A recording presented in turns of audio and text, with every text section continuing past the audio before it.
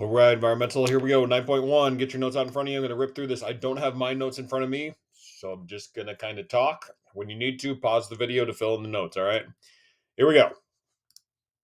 So, our objective in key terms, we got to talk about basically, we're talking about food security and food insecurity today, is what's going on.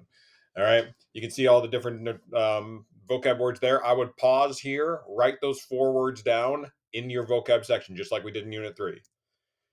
All right, so case study for this is a thing called Growing Power Incorporated. And so the video is here, which I'm actually not going to play because I heard last time the video actually didn't work out well. So this is going to be a quick little Ed puzzle video I want you guys to watch.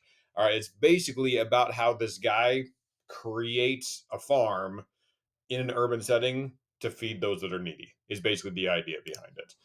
All right, so what's food security? So in less developed countries, people suffer from health problems because they just simply don't have enough food to eat. All right. In more developed countries, we're the opposite. Obviously, we're in America, we're the opposite. We suffer health problems with what's called overnutrition or having too much to eat. And we'll talk about that in a second. All right, factors in food, including food supply or influencing food supply, poverty. So basically, you just don't have money to get food. War, like one of the main reasons actually Russia invaded Ukraine Ukraine is considered the breadbasket of Europe. Like they produce a ton of agriculture. And so basically, Russia wanted it for themselves, is the basic idea behind it. All right, bad weather, such as California going through droughts. That's bad weather. Climate change obviously is affecting it as well because climate change is affecting how much droughts we have, and industrialized food production, basically getting a whole bunch of processed foods. All right, now poverty is the real cause of this thing. So scientists project by 2050, so less than 30 years, we will need it to feed at least 9.8 billion people, almost half of which live in poverty and experience food insecurity. And food insecurity is not necessarily like something in third world countries. We're talking about like, does everybody get 3 meals a day here in America? Not at all. So it's not like it's a food insecurity for that part of the world, or it's not affecting us, this, that, and the other. It is in our country as well. All right. They basically face chronic hunger, poor nutrition, and health problems because of it. All right. 3 out of 10 people in the world must survive on less than $3.10 a day. All right. Many people lack access to funds or just simply the access to it. Like they don't have the ability to get to where healthy food is. All right. It's what's called a food desert. We'll talk about that a little bit later. All right, so hunger, pretty straightforward stuff here. Results when people can't grow or buy enough food to meet basic energy needs. Chronic malnutrition, the lack of protein and other things. All right, this happens in low income and less developed countries. Diets tend to be high carbohydrates, low protein. So basically, thinking they're eating a whole bunch of bread and they're not getting any turkey, or they're not getting any beef, or they're not getting any pork. You guys know what protein stuff is. All right, food deserts. This is the thing here in our more developed country. This is the thing. Basically, a food desert is when you don't have the ability to get to where there's high quality food. Therefore, you're going to get diet high in fat, high in sugar, high in salt, still very little protein. Okay. And food deserts are actually more common than you think. It's basically you just don't have the ability to get to somewhere, or you got to take the bus for an hour and a half to get to a quality grocery store.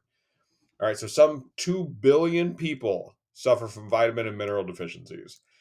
All right. Health problems arise from overeating. Welcome to America. This is technically called overnutrition. So food energy intake exceeds energy use and causes excess body fat. So basically, you're eating more than you're burning. You know, if I have a sedentary desk job, I'm just kind of sitting at my computer all day long, and I'm not going to the gym. I'm only burning, let's say, 1,500 calories or 1,200 calories, but I'm consuming 2,500 calories. That's why Americans are fat. Is basically the idea. All right, too many calories, too little exercise. Diets are high in calories and processed foods. So basically, think of like high like Pop Tarts, very very processed. Twinkies, very very processed. All right, 72% of U.S. Americans are overweight or obese. The dangers for this are pretty straightforward. I'm confident you guys know these. Lower life expectancy, greater risk of disease and illness, lower productivity, as well as quality of life. Because basically, if you can't get out and explore nature and you can't get out and do the things that you would normally do, your quality of life starts to drop. All right, obesity also plays a role in heart disease, strokes, type 2 diabetes, and some cancers. Now, to clarify real quick, type 2 diabetes is basically like for example, I don't have diabetes, but if I continue to eat a really poor diet, high in fat and high in sugar, basically I'm putting stress on my kidneys.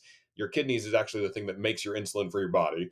I'm putting stress on my kidneys to produce more and more and more and more and more insulin. You're basically running at high volume all the time to the point where eventually it's just not going to work as well. So you get what's called insulin deficiency, and then that turns into type 2 diabetes, where your body just can't really use the insulin it produces because it's not producing enough of it.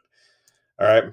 So improving food security. All right. Government policies are huge with this sort of stuff. Subsidies, which we talked about subsidies in a negative way, but subsidies can be a good thing to support and improve food production and manage food costs. So basically they can kind of like cut down on like the delivery fee to a lower income neighborhood, for example.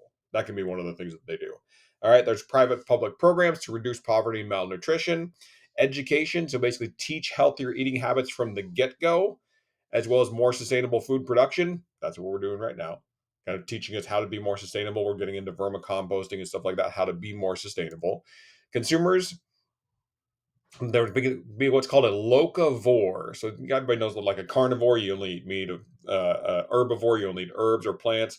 Locavore basically means you only eat the things that are local.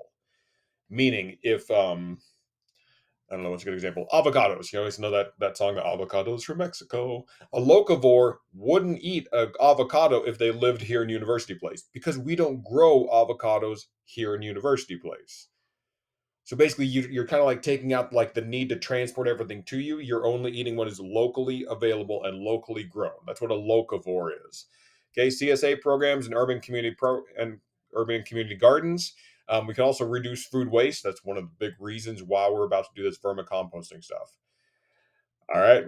Hopefully you got all those notes written down. Hopefully you also got. I'll jump back to them real quick. The vocab words at the very beginning, right there. Hopefully, you got those written in your vocab section, as well as get those vocab words in your own definitions.